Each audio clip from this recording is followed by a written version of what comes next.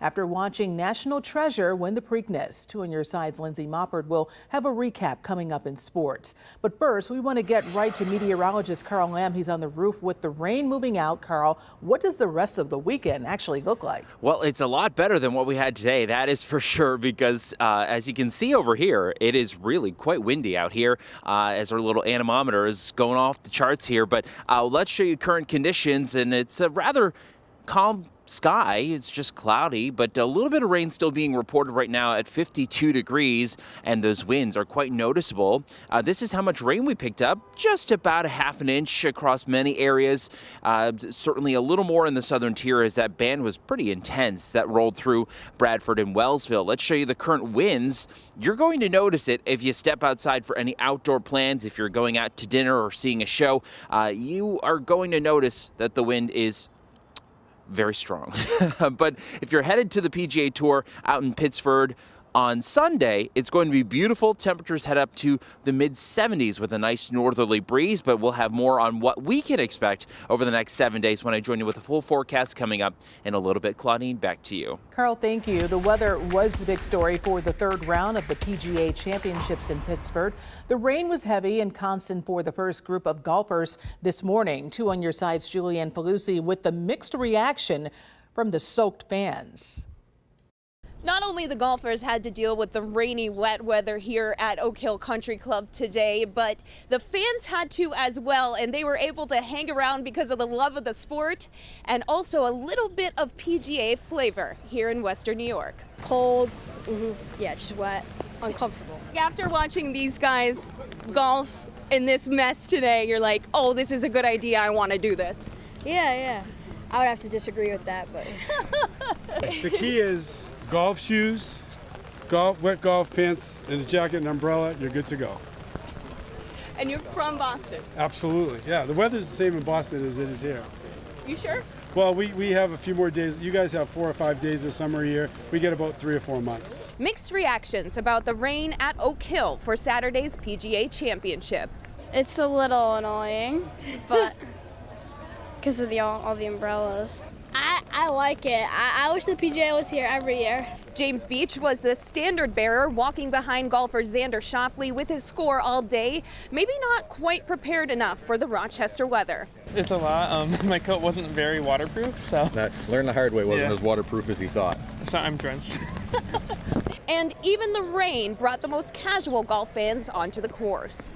What are you looking forward to the rest of the weekend? Just hanging out, not being in school. So as Billy Madison would say, stay in school, kids, as long as you can. We'll have more from the PGA Championship coming up in sports, but for now, from Oak Hill Country Club, I'm Julianne Pelusi. Back to you. Julianne, thank you. A reminder that it is a long weekend in Canada for Victoria Day, and there have been long lines on the Peace Bridge and Lewiston-Queenston Bridge today. Channel 2 viewer Kenny sent in this video a few hours ago showing cars backed up on the Peace Bridge. Again, a reminder that Monday is a holiday in Canada, so be sure to check wait times before you travel. We continue to follow the impact the end of Title 42 is having right here in our region. Allegheny County has now been added to the growing list of counties issuing a state of emergency. But today we heard that the Erie County will not follow suit. The county executive, Mark Polenkars, made that declaration on Twitter today and called the recently declared state of emergencies morally repugnant. His tweet read, "I won't be declaring a state of emergency regarding the possibility that legal asylum seekers may be housed in our county. I will not be issuing an emergency order prohibiting the housing of such persons. Not only is such an order illegal, it is morally repugnant." In his full statement, he said that Buffalo and Erie County have always been welcoming communities to immigrants. He brought up the Tops mass shooting just over a year ago and said that words matter and the acts of leaders matter. Yesterday, Governor Kathy Hochul was in Buffalo and talked about the need for welcoming communities right now. So we're working closely with them, literally hour by hour, trying to identify places where there are welcoming communities. And we're working also very hard to make sure that we can get some legal work status that will allow them to go work on the farms in upstate and work in the hotels and work in the restaurants. And I think when we get to that point, it'll change people's attitudes about it rather dramatically. Right now in Erie County, the Department of Social Services has reported that all area shelters and emergency housing options are over capacity, so there is simply nowhere to house asylum seekers. Governor Hochul will be meeting with New York City's mayor and the president to discuss how she wants to speed up the process for migrants to gain work status. So far, there have been no buses arriving in the Queen City just yet. Another online scam to tell you about tonight, this one involving puppies. 2 on Your Side's Keelan Berrien reached out to the Erie County SPCA to hear what you need to watch out for. We found out about this page the day after it was created by one of our former animal cruelty investigators. Gina Latuca with the SPCA serving Erie County says they found out about the fake Facebook scam on Thursday. The fake pages uses posts, pictures, and logos from the local SPCA and other organizations. We went to the page, we saw several of our existing Facebook posts copied with different contact information added to it. And just a day later, the SPCA got a first-hand look at how the scam works. Somebody in town saw this, they thought that they were communicating with us, came right to our shelter. She showed us her phone. She showed us the text message exchange. As we were standing in the lobby, he was talking to her and responding to her. She says the scammer was requesting a down payment of $500 for these golden retrievers. She also found out the scammer is using the SPCA's federal identification number. That can make the fake page feel legitimate. So to protect yourself, make sure you're seeing these animals. If you come across this Facebook page, SPCA is asking you to report it on Facebook to help get it pulled down. In Buffalo, Keelan Berrien, Channel 2 News. Keelan, thank you. Teachers in Cheektowaga have been collecting non-perishable food and hygiene items for students that might need some extra help. And today they have a spot where students can actually pick them up. It's a food pantry cupboard. The Teachers Association of Cheektowaga Sloan and Teamsters Local 449 are behind the new pantry on William Street. The aim is to help local students and their families. As teachers, we see food insecurity in our classrooms on a daily basis. We wanted the pantry to be accessible to the community 24/7 and be completely anonymous. So we didn't want people to have to go into a building and speak to someone and ask for things. We wanted people to be able to access the pantry whenever they need it without hesitation. The American Legion Post 1320 donated $500 to help get the project off the ground. Student volunteers and retired teachers are working to keep the pantry open 7 days a week. Another big need and big expense for some parents can be after-school care. And today we learned about a brand new school opening this fall that is offering free wrap care for kindergartners and first graders. Brick Buffalo Academy Charter School hosted a party today to let families know they are opening at the end of August after 3 years of planning and delays. We are offering free before and after care for all students. So that's going to be something that's really needed in the community. So we're really excited to be serving the east side of Buffalo. The school just got their charter from the state and will open on Rich Street near Genesee Street and Fillmore Avenue currently. They serve kindergarten and first grade, but will add another grade level each year as they grow. And check out the 2023 Western Region's Spring Games for the Special Olympics. This was at Tonawanda High School. Athletes competed in various competitions: running, long jump, shot put, mini javelin, wheelchair race, and bowling. It was a little rainy, but it didn't stop the competition or awards from being handed out. Congratulations and well done to all. Next at 6, it was graduation day at many universities and colleges across Western New York. We asked for your photos of local grads. We'll show some of them coming up next. Plus, another rain delay for the Bisons at Salem Field as they host the Rochester Red Wings. Highlights next.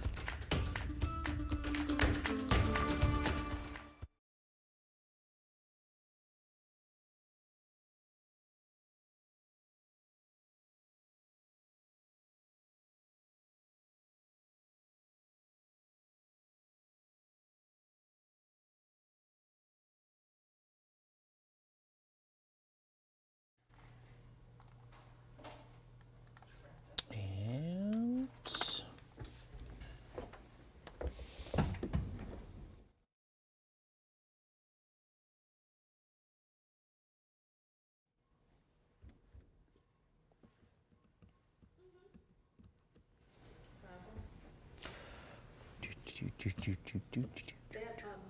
thing I was telling you about.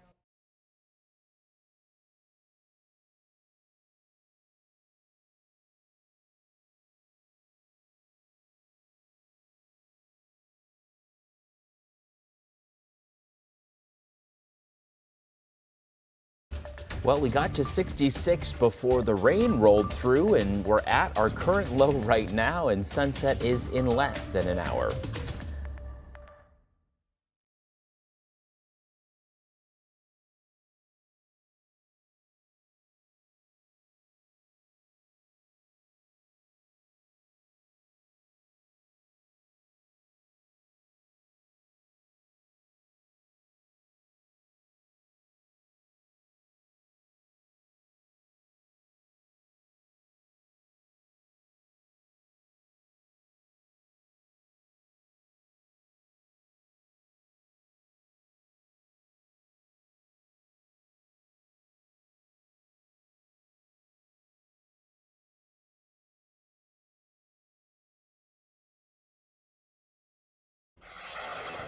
Well, today is graduation day for many college graduates across the area. Here are some of the pictures that many of you sent us for us to share. And we want to see more, so keep them coming. Send them to us using the Near Me tab on WGRZ.com app. You can also use social media to send pictures and video using the hashtag #BeOn2. Commencement ceremonies were held today all across the region, from Damon to UB. It's a moment so many look forward to after years of hard work. This is the first year that students are graduating with a degree for Buffalo State University. The 151st commencement was held in the sports arena on the Elmwood Avenue campus. Bachelor's, master's, and advanced graduate certificates were handed out today. While your time as a student here has ended, this is not goodbye. You are still, each and every one of you, valued members of the Buffalo State community.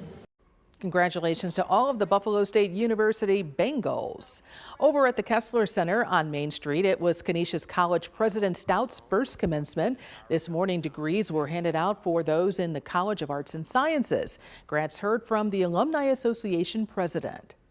Outside today, it's a little bit rainy, but as the son of farmers in Northwest Ohio, to me, rain means life and it means growth. And on behalf of the Alumni Association, I am so excited to be an ally and an observer to your growth in your careers as you commence your lives. There are more than 50,000 Canisius College graduates across the world. And down in Chautauqua County, 2 ceremonies were held at the State University of New York at Fredonia. Undergraduate and master's degree and advanced certificates graduates had a great day. Speakers told them they have already defied the odds because they are sitting in seats as graduates because of their resilience and their determination. Congratulations to everyone. Right now, a live look over one part of western New York. Looks like Niagara Falls, I believe there. Their forecast is coming up next on Channel 2 News.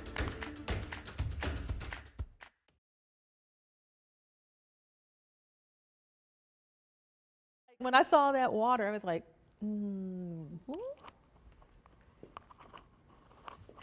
No, that's okay.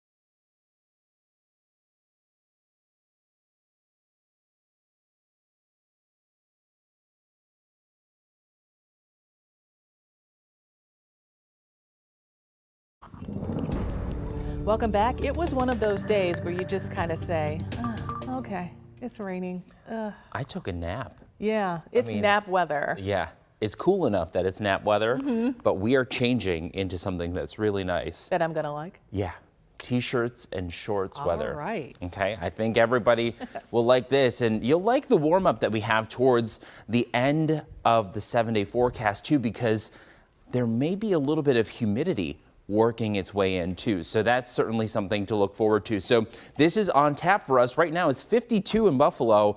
That is our low for the day. 54 in the Falls, 52 in Wellsville, and 51 in Jamestown. So this is all rain cooled air because we had that rain that rolled through earlier today. And it definitely a lot cooler now. Winds, you'll notice them once you step outside or if you have the windows open to let some fresh air in. I mean, I had the windows open. I don't know if many others do because it's a little too breezy out there. But we do have just a little bit of rain working its way through very small pockets. But the main system worked its way through. This is the cold front that swung through. And that was the low. That's trekking further north. But then behind it, a huge bubble of high pressure. So that will keep us nice and dry as we head into the next 7 days because there's really not a lot of moisture behind this. So Future Look tells us a very simple story here. So we have that westerly wind through tonight too. There could be a few more scattered showers as some of these clouds just have a little bit of juice left in them. So they're going to kind of drop a little bit of rain. We're talking hundredths of an inch, so barely noticeable. But once we get you to Sunday morning, we clear it out. The winds shift a little bit to the northwest, so it is going to be a little bit more refreshing, but there's more sunshine for Sunday. So you're going to notice that it's a lot nicer and temperatures will reflect that too. This is actually Future Look has been advancing, believe it or not, because we have the time at 4:30 now. All sunshine as we get into the day. This is trying to squeeze in a few showers late in the day. Don't expect that to happen. So all in all, a sunny day on Sunday.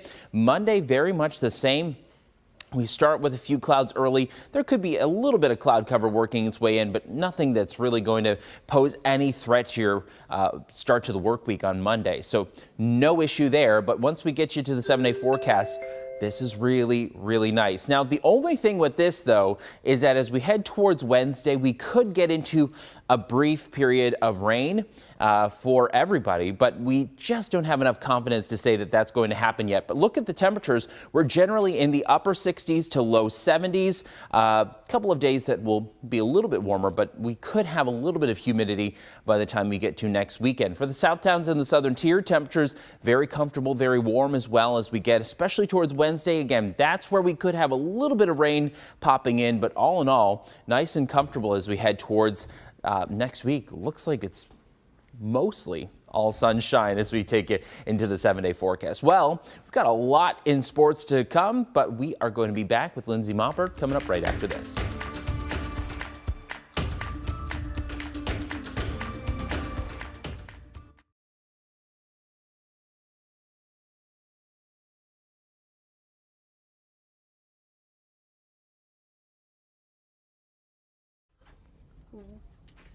Hello, yes, I got you. Sorry, I'm coming.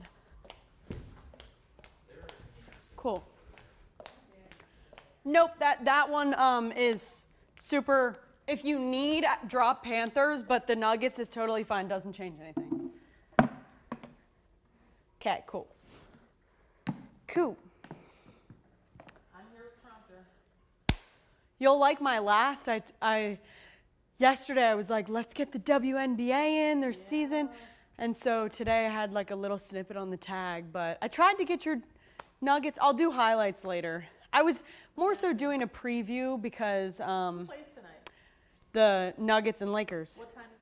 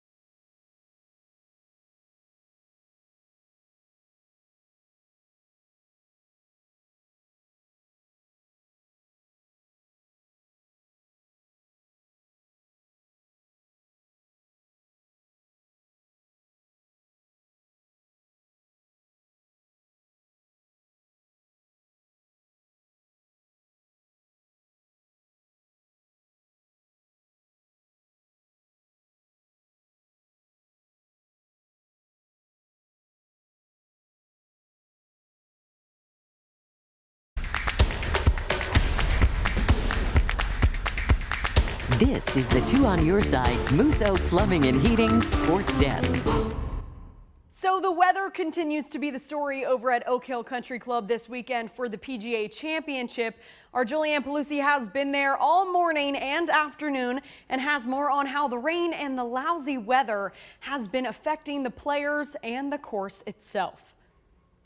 Round 3 of the PGA Championship just wrapping up here at Oak Hill, and these soggy, wet, rainy, cold conditions were pretty much expected when the tournament was moved to May, and the players were met with that weather all morning and afternoon on the course. It was just relentless really from the start of the warm-up through to literally as we were putting out on the last green. So, you know, it was tough. There was very little wind, but that doesn't stop it playing, you know, cold and long and wet, and definitely, you know, I started off really well, played great golf early on, but just as the round goes on, it just turns into a bit more of survival. It's tough to play in, right? It's tough to execute in those sort of conditions out there right now. So, you know, even if, you know, the greens aren't that soft, you know, the course has held up incredibly well over the past, I don't know, 12 hours since the rain started. So, but yeah, when it's like that and it's squally and the wind starts to sort of gust a little bit, yeah, it just makes execution very hard. We'll have a full recap coming up here from Oak Hill tonight at 11, but for now, at Oak Hill at the PGA Championship, I'm Julianne Pelusi. Linz, back to you. All right, thank you, Jewel. Now, if you've been sticking around on Channel 2 just a bit ago, you may have seen that despite the favorite prior to the race being the recent Kentucky Derby winner, Mage, the 148th Preakness Stakes title now belongs to the horse national treasure, jockey John Velasquez, and trainer Bob Baffert, who has officially set the record for the most Preakness wins with 8. Blazing Sevens finished second, and Derby winner Mage finished in third. The final stop of the Triple Crown, the Belmont Stakes, is set for June 10th, just outside of New York City. Now, the Bisons almost had a washout for today's game, as you can imagine, with all the rain in the forecast, but they were able to just squeeze it in by pushing the original 1 p.m. start time back about an hour and a half. And it was a good thing that they did. Buffalo took a big 8-3 win over Rochester, and Davis Schneider had a hit of the game, slamming a 3-run homer in the bottom of the second. So just one more at Salem Field this week, tomorrow at 1 o'clock. And finally tonight, the WNBA kicked off its season with 4 matchups last night, followed up by 2 more this afternoon. The Dallas Wings took a win over the Atlanta Dream, and the Las Vegas Aces dominated the Seattle Storm, while Aces forward Candace Parker passed Sylvia Fowles for the 9th spot in the WNBA all-time points leaders list. I'm Lindsay Mopper. Claudine wraps up Channel 2 News tonight right after the break.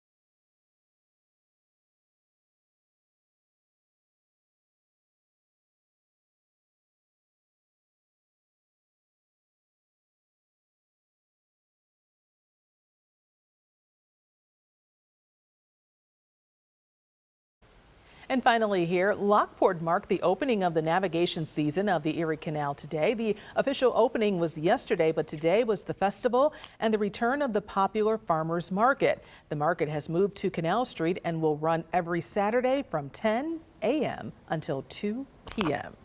Should be nice, huh? Almost farmers market weather. Yes. Love a good farmer's market. Oh, we'll also have to give you the lowdown on where to go. Right, But right. There's so many. There's Right. North Tonawanda, Hamburg, East Aurora, Everywhere. Clinton Bay. I mean, there's so many Yeah. places to go. And we need it. Yes. I'm looking forward to that. Yeah. We want to thank you for watching us at Channel 2 for this special time. We'll see you back here tonight at 11 for Channel 2 News Tonight.